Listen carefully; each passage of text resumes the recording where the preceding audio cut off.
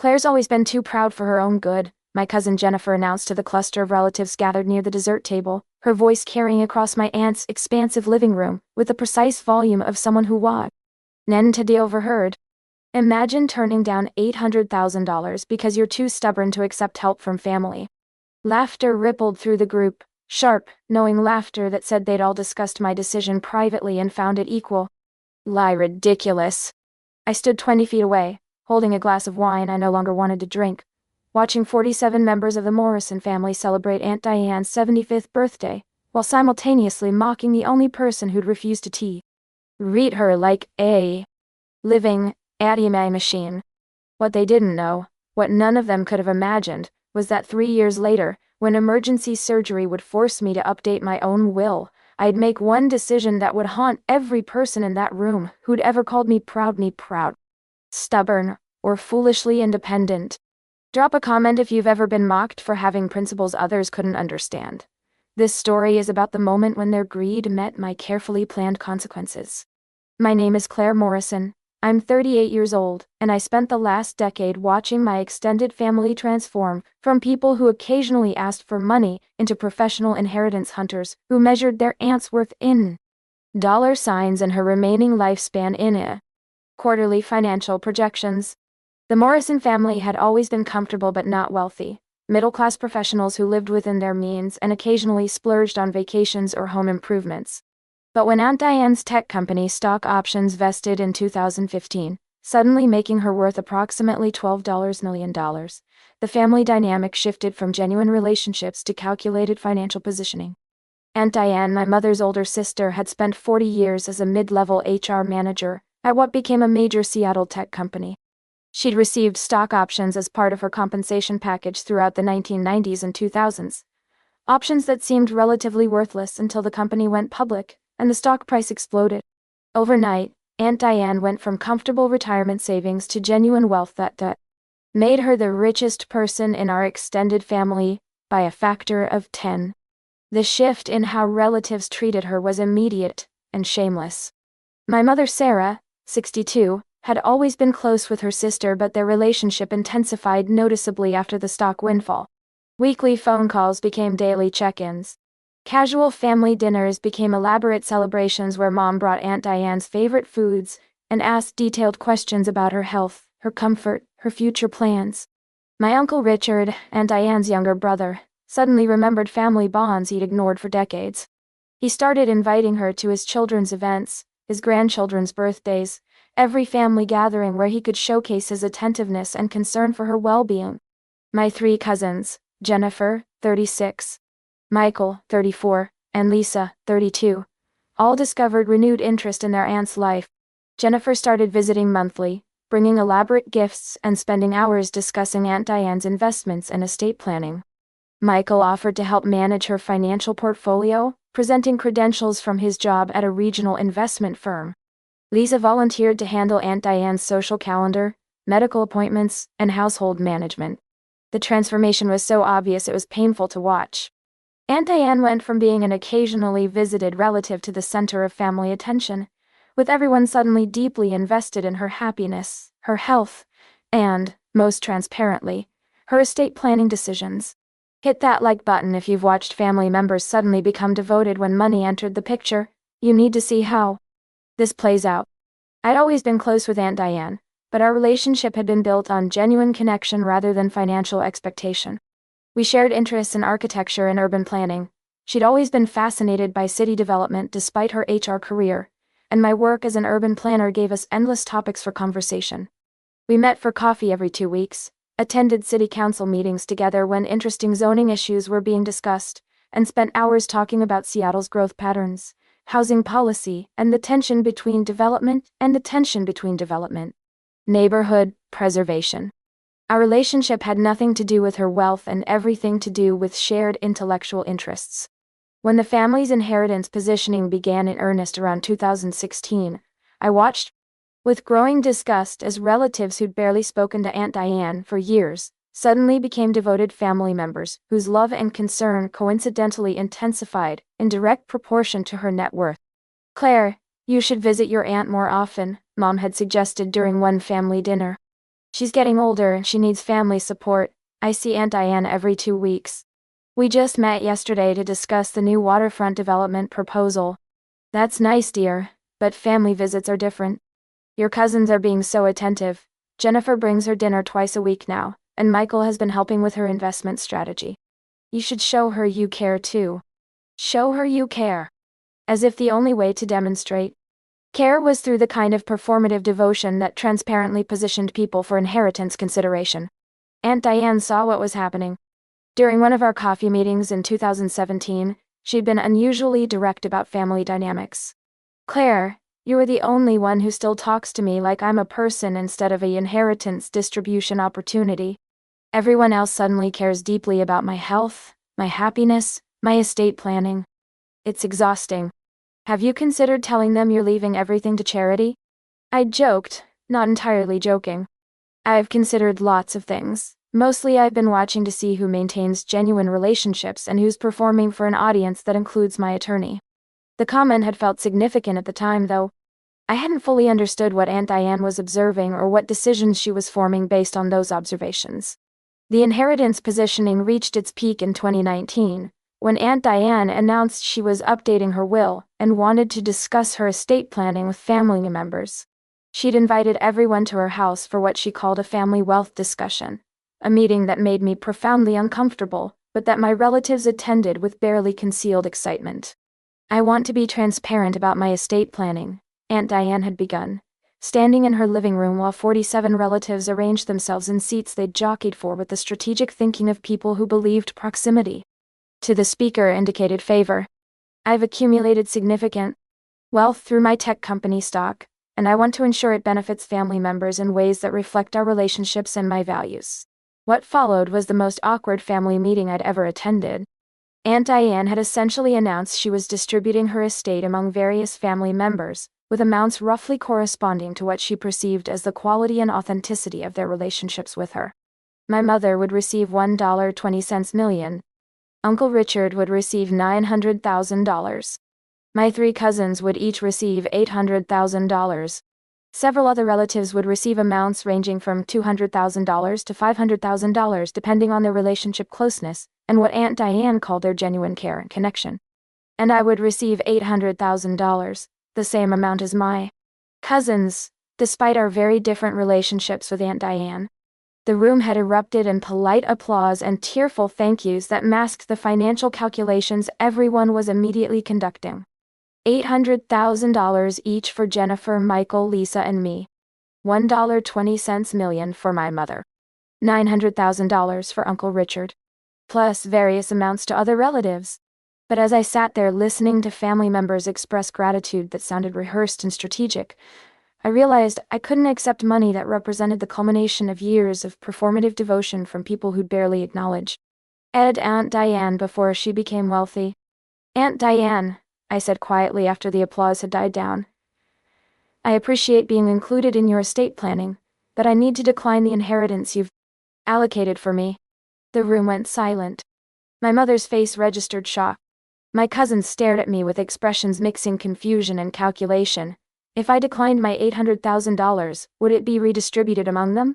Claire, honey, why would you turn down such a generous gift? Mom asked, her tone suggesting I'd lost my mind. Because I don't want to benefit from the inheritance competition I've been watching for the past 4 years. My relationship with Aunt Diane isn't about money, and I won't let it become about money by accepting an inheritance I haven't earned through the kind of performative devotion everyone else has been providing. Aunt Diane had smiled, a small, knowing smile that suggested my refusal confirmed something she'd suspected. Claire, are you certain? This is a significant amount of money that could change your financial future. I'm certain. My financial future is fine. I make $110,000 as a senior urban planner, I own my condo outright, and I have substantial savings. I don't need inheritance money, and I don't want our relationship to be complicated by financial expectations. Comment principles: if you've ever turned down something valuable because accepting it would compromise your integrity, this desists. Ion changed everything. The aftermath of my refusal was swift and unanimous. My entire family decided I was proud, stupid, and suffering from some kind of psychological issue that prevented me from accepting appropriate financial gifts from relatives. Claire's always been stubborn, became Mom's standard explanation during family gatherings. She's too independent for her own good. My cousins were more direct in their mockery. During Aunt Diane's 75th birthday party, the celebration where Jennifer's comment about my pride had carried across the living room, they'd made me the subject of family entertainment. Imagine being so stubborn you turned down $800,000, Michael had said to a group of younger cousins, shaking his head in exaggerated disbelief. That's Claire for you, too proud to accept help even when it's freely given.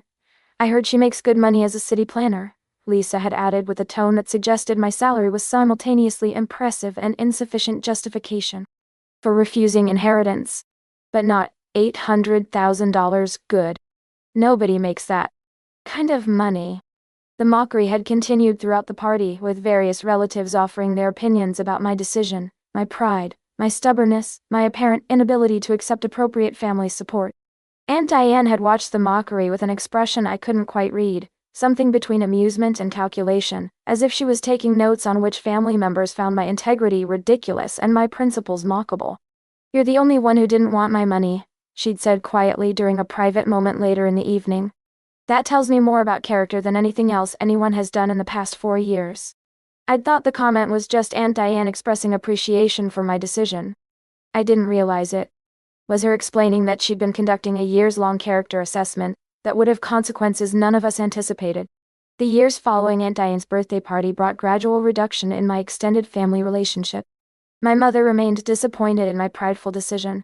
My cousins treated me with barely concealed contempt for refusing money they believed I should have accepted and probably shared with them.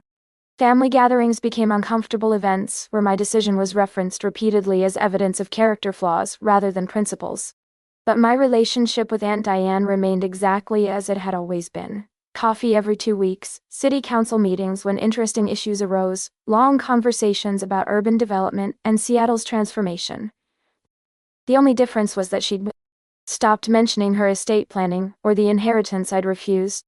What I didn't know was that Aunt Diane had been making very different decisions about her wealth. Decisions that had nothing to do with the inheritance distribution she'd announced and everything to do with observations she'd been conducting for years. Type watching if you believe the wisest people observe quietly while others perform loudly. Aunt Diane was keeping score the entire time. The health crisis that changed everything arrived suddenly in March 2022. 3 years after Aunt Diane's birthday party and the public mockery of my inheritance refusal. I'd started experiencing severe abdominal pain that wouldn't resolve, leading to emergency room visits and diagnostic testing that revealed a large ovarian tumor requiring immediate surgical removal. The surgery itself was scheduled quickly, within a week of diagnosis, but the pre-surgical consultation included a discussion I hadn't anticipated about updating my will and medical directives, given the surgical risks and the possibility they are to discover cancer during the procedure. Ms. Morrison, given the tumor size and surgical complexity, we recommend updating your advance directives and ensuring your estate documents are current, my surgeon Dr. Patricia Chen had explained during our consultation meeting. It's standard practice for any major surgery, and it ensures your wishes are documented in case complications arise. The conversation was clinical and routine, but it forced me to confront my own mortality and the estate planning I'd been avoiding throughout my 30s. I'd never created a will, never documented beneficiaries beyond basic workplace retirement accounts, never formally established who would inherit my assets if something happened to me. My assets had grown substantially over the previous decade. My $110,000 annual salary as a senior urban planner had been supplemented by consulting work that brought in another $40,000 to $60,000 annually. I had inherited $200,000 from my paternal grandfather in 2015 and invested it wisely. My condo, purchased for $280,000 in 2012, was now worth $650,000. My retirement accounts held approximately $480,000. Total net worth, roughly $4.20 million. I'd accumulated genuine wealth through career success, careful investing, and the kind of financial discipline that came from never expecting family inheritance to provide security. But I'd never formally documented who would inherit those assets if something happened to me, and the pre-surgical consultation forced me to make immediate decisions about beneficiaries and estate distribution. I met with attorney Robert Chang 2 days before my scheduled surgery, explaining my situation and my need to create a basic will that would ensure my assets were distributed according to my wishes if surgical complications proved fatal or if they discovered advanced cancer that would require longer-term planning. "Who are your primary beneficiaries?" Robert had asked, pen poised over legal documents that would formalize my final wishes. The question should have been simple. Most people name parents, siblings, or other close family members as primary beneficiaries. But as I sat in Robert's office considering who I trusted with my wealth and my legacy, I realized that none of my immediate family members felt like appropriate choices. My mother had spent years disappointed in me for refusing Aunt Diane's money. My cousins had mocked my principles repeatedly. My extended family had demonstrated that wealth transformed relationships into transactional arrangements, rather than genuine connections. But there was one family member who'd been consistently excluded from Morrison family gatherings, one person whose existence had been systematically erased from family narratives, one young woman who'd been rejected by everyone I was related to, for circumstances entirely beyond her control. "I want to leave everything to my niece," I said finally, "Natalie Chambers. She's my cousin. Michael's daughter from his first marriage, though he hasn't spoken to her since the divorce 15 years ago." Robert looked up from his documents. "This is the primary beneficiary? The one who inherits your entire estate?" "Yes. Everything goes to Natalie." What Robert didn't know, what required explanation for the will to make sense, was the story of how my cousin Michael had erased his own daughter from family existence when she'd become inconvenient to his second marriage and his positioning for Aunt Diane's inheritance. Drop erased if you've ever watched someone get written out of family history because they became inconvenient. This is about restoration. Natalie Chambers had been born when my cousin Michael was 24 years old, the product of his first marriage to Jessica Chambers, a woman our family had never fully accepted because she didn't come from an appropriate background. She'd been a retail manager rather than a professional, and her family hadn't attended college. The marriage had lasted 5 years before ending in divorce when Natalie was 3 years old. Jessica had received primary custody, Michael had received standard visitation, and for the next 4 years Michael had maintained relatively consistent contact with his daughter despite his resentment about child support payments he considered excessive. But when Michael met his second wife Amanda in 2007, the relationship with Natalie had deteriorated rapidly. Amanda had made clear she wasn't interested in being a stepmother to Michael's daughter from his first daughter marriage, and Michael, who'd always prioritized romantic relationships over parental responsibilities, had gradually reduced his contact with Natalie until it ceased entirely by the time Natalie turned 7. The family had supported Michael's abandonment of his daughter with rationalizations that revealed more about their values than their actual beliefs about parental responsibility. Jessica made co-parenting difficult, my mother had explained when I'd asked why Michael never saw Natalie anymore. Some women use children as weapons, and Michael decided it was healthier to step back rather than expose Natalie to ongoing conflict. The characterization was entirely false. Jessica had consistently encouraged Michael's relationship with Natalie and had documented years of missed visitations, canceled plans, and child support payments that were frequently late. But the family had accepted Michael's narrative because it was more comfortable than acknowledging he'd abandoned his daughter, because his new wife didn't want the inconvenience of a stepdaughter. By 2015, when Aunt Diane's wealth had made inheritance positioning urgent, Natalie had been completely erased from family gatherings, family photos, and family narratives.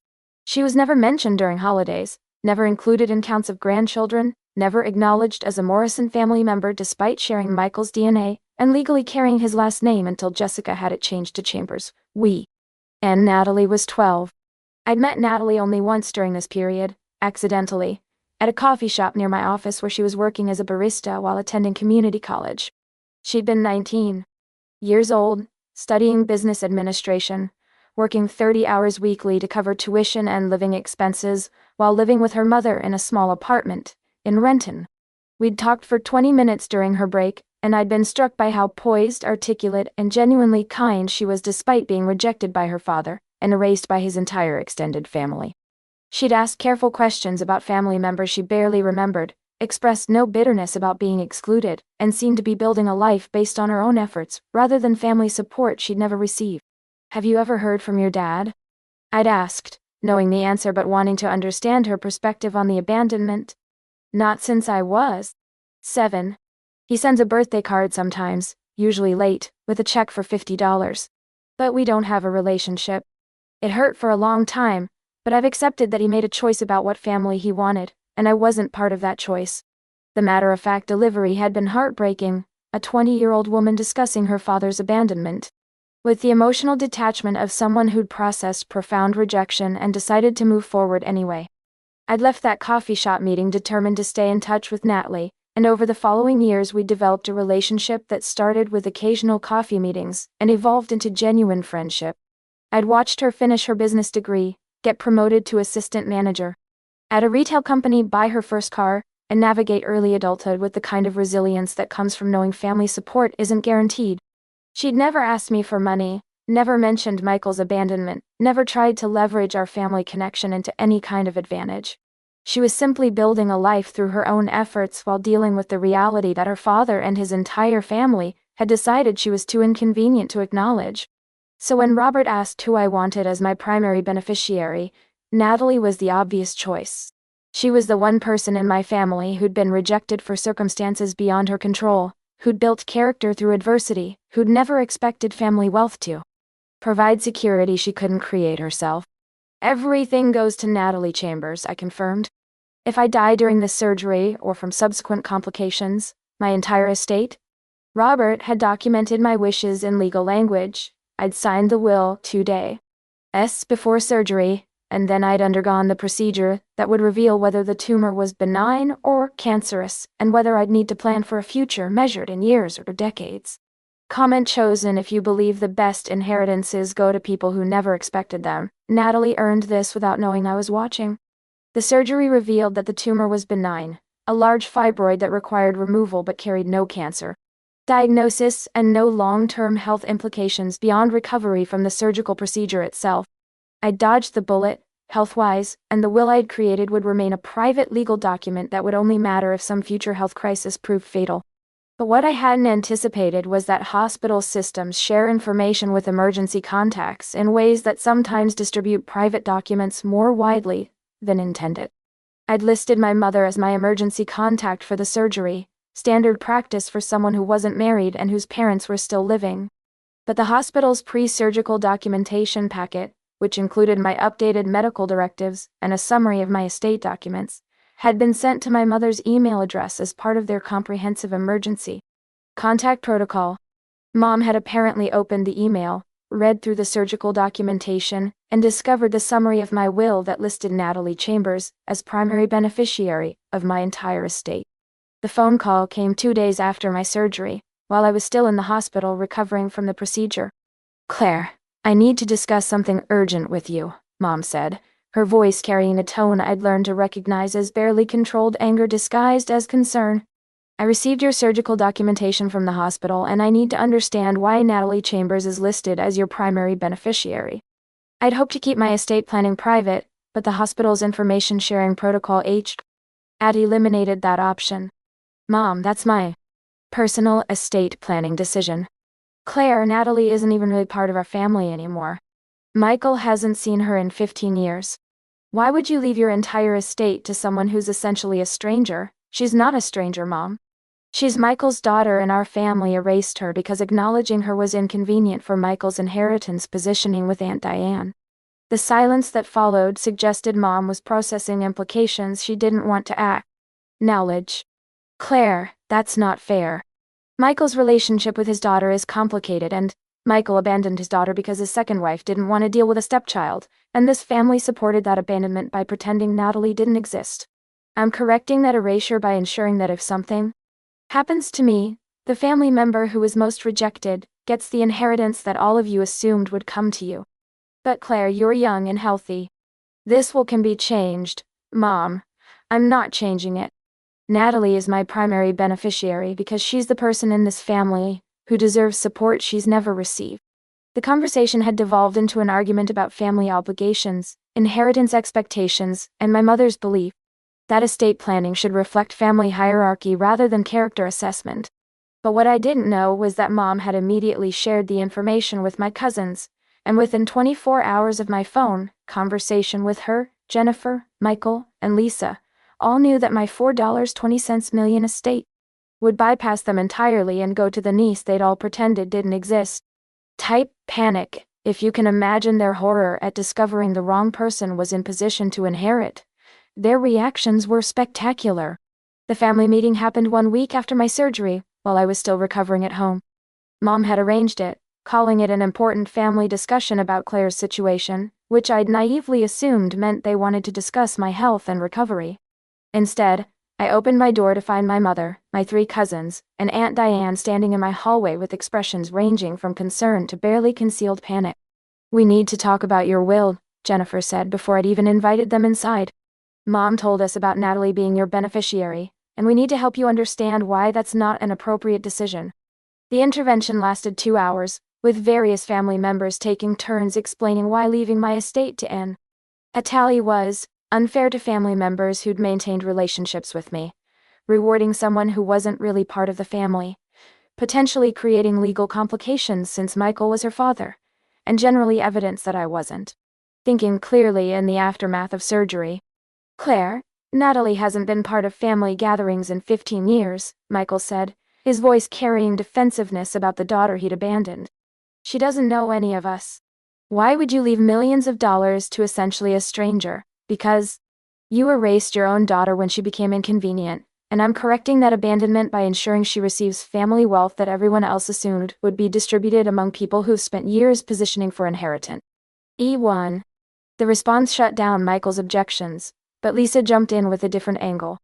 "Claire, if you want to support Natalie, why not leave her a portion of your estate and distribute the rest among family members who've been present in your life? Leaving everything to one person who is excluded from the family seems vindictive." "It's not vindictive, Lisa. It's corrective. This family erased a child because her existence was inconvenient. I'm ensuring that if something happens to me, that child, now a young woman, who's built a life despite being rejected by all of you, receives something you all assumed you'd inherit." The conversation continued with various family members trying different strategies to convince me to change my beneficiary designation.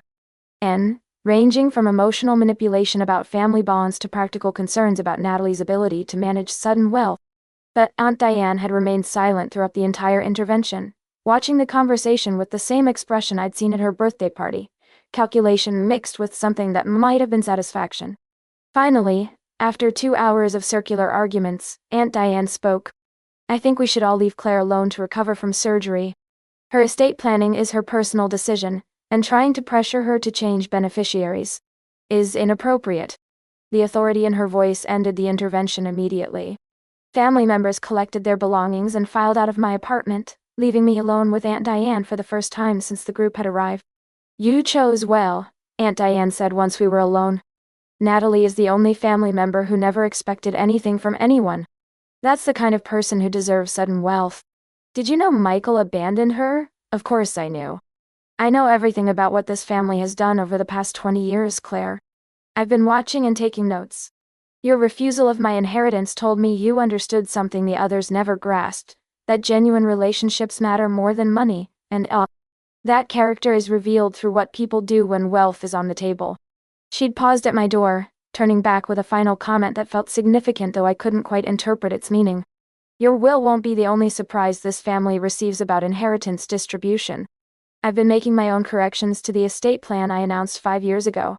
Turns out watching people perform devotion for years provides excellent data about actual character.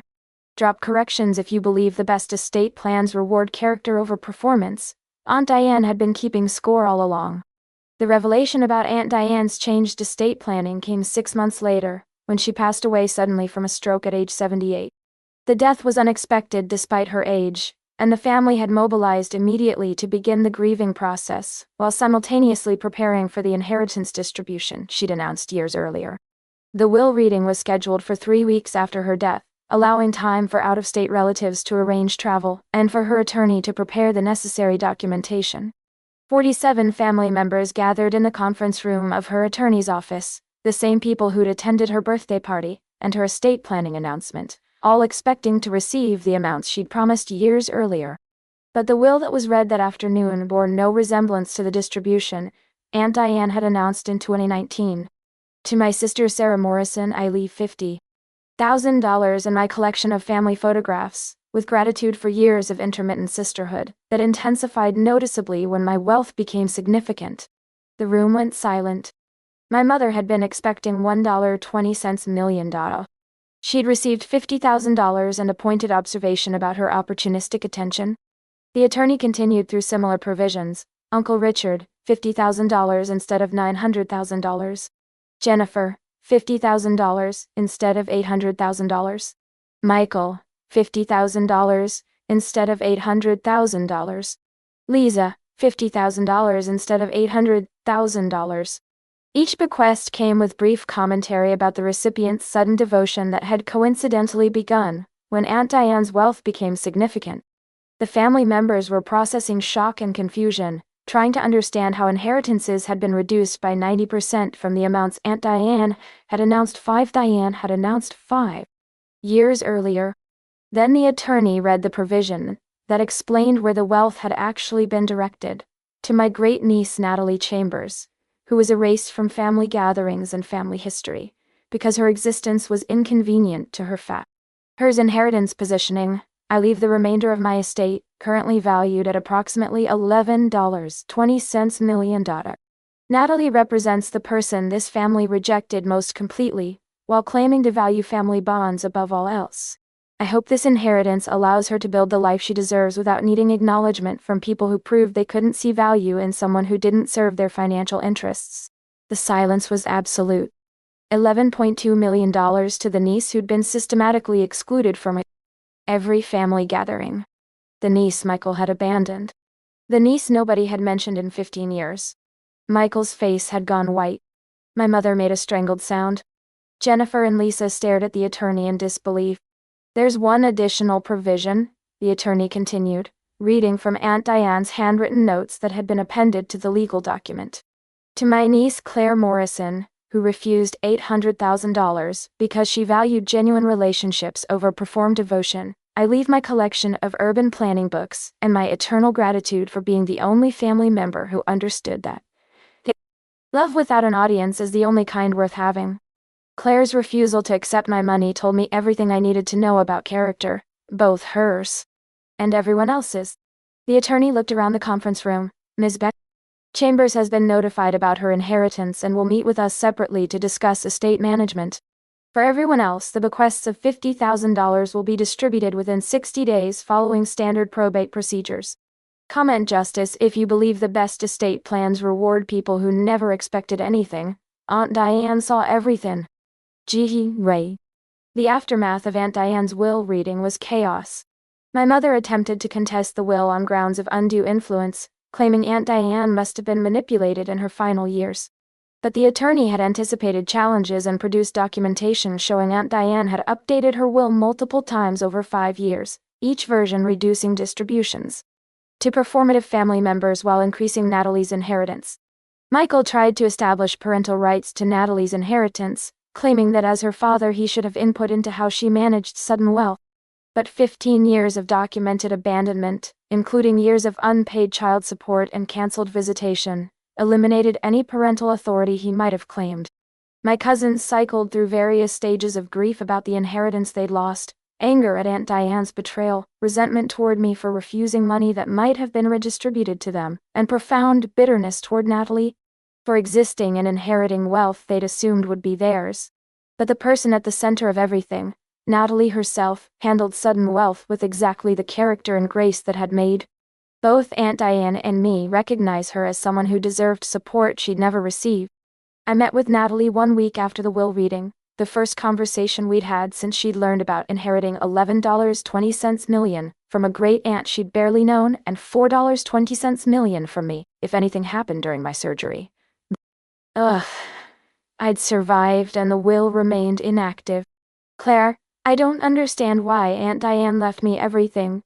I barely knew her. I wasn't part of the family. Why would she make me her primary beneficiary? Because you were rejected by people who claimed family bonds were everything, and Aunt Diane spent 5 years watching. People perform devotion while looking for someone who demonstrated actual character. You built a life without expecting family support. That's exactly the kind of person who deserves sudden wealth. We'd talked for 3 hours about her plans for the inheritance, her career goals, her relationship with her mother who'd raised her alone, while Michael had abandoned both of the E.M. for his second marriage and his inheritance positioning. Natalie used $1 billion to pay off her mother's mortgage and establish a trust fund that would provide Jessica with financial security for the rest of her life. She invested $8 million conservatively to generate income while she continued working and building her career. She donated $2 to establish a scholarship fund for children of single parents who were pursuing business degrees while working full-time. The remaining $200,000 she used to start her own business, a consulting firm helping small companies improve their operations and customer service. She'd used the skills she developed working retail while putting herself through college, and turned them into a career that let her help other people build success through their own efforts. 3 years later, Natalie's business has grown to 15 employees and generates substantial revenue beyond the inheritance she'd received. She's married to someone she met before the inheritance, ensuring the relationship was built on genuine connection rather than financial attraction. She's maintained her relationship with her mother while having no contact with Michael, who'd attempted to reconnect after the inheritance became public. Most importantly, she demonstrated exactly the character that both Aunt Diane and I had recognized, building meaningful work instead of retiring on inherited wealth, supporting others who face similar circumstances to her own, and refusing to let sudden money change who she is as a person. My own health crisis resolved completely. The tumor was benign, the surgery was successful, and I've returned to my career as an urban planner while maintaining the will that leaves everything to Natalie if something happens to me. The family knows about the beneficiary designation, which has eliminated their assumption that someday they'll inherit wealth I've accumulated through careful planning and career success. My relationship with my mother and their cousins has evolved into distant politeness rather than close family connection. They can't forgive me for refusing Aunt Diane's inheritance, or for establishing estate plans that position Natalie as my primary beneficiary. They view both decisions as betrayals of family loyalty rather than corrections of family injustice. But the most meaningful outcome isn't about family relationships or inheritance distribution. It's about what Aunt Diane's observations and my own decisions revealed about the difference between performed devotion and genuine character.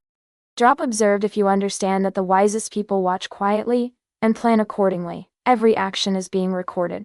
The lesson I learned from refusing Aunt Diane's inheritance and choosing Natalie as my own beneficiary wasn't about money, family dynamics, or even justice for a rejected child.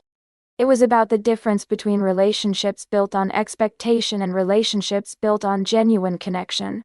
My family had transformed Aunt Diane from a person into an inheritance opportunity the moment her wealth became significant. They'd performed devotion for years, calculating their words and actions based on how those choices might affect their position in her estate distribution. They'd measured their love in visits, their care and attention, their worth in the inheritance amounts they believed they deserved. But Aunt Diane had been watching and taking notes. She'd seen through the performances to the transactional motivations underneath. She'd observed who maintained genuine relationships and who adjusted their behavior based on financial expectations. My refusal of her inheritance had been the clearest signal possible that my relationship with her had nothing to do with money, and everything to do with shared interests, intellectual connection, and genuine affection. That refusal had told Aunt Diane something about my character that years of my cousin's devoted attention couldn't match. And when she'd discovered that Michael had abandoned his daughter, erasing Natalie from family history because her existence was inconvenient to his inheritance positioning, Aunt Diane had made decisions that would correct those injustices. After she was gone, Natalie's inheritance wasn't charity or pity. It was recognition that the person this family had rejected most completely was exactly the kind of person who deserved sudden wealth. Someone who'd built character through adversity, who'd never expected family support, who'd created success through her own efforts while dealing with abandonment and erasure. The family's horror at discovering Natalie would inherit millions they'd assumed would come to them revealed everything about what they'd actually valued. Not family bonds. Not genuine relationships. Not character or integrity or the kind of resilience that comes from being rejected and choosing to build a life anyway. They'd valued money. And they'd performed devotion for years believing that performance would be rewarded with inheritance distribution that reflected their strategic positioning. Aunt Diane had seen through every performance, observed every calculation, and made sure her wealth went to someone who'd never expected anything from anyone. Type character, if you believe the best inheritances, reward people who demonstrate integrity when no one's watching. That's the lesson that matters most. 4 years after Aunt Diane's death, I'm still working as a senior urban planner, still accumulating wealth through career success and careful investing, still maintaining the will that leaves everything to Natalie if something happens to MST.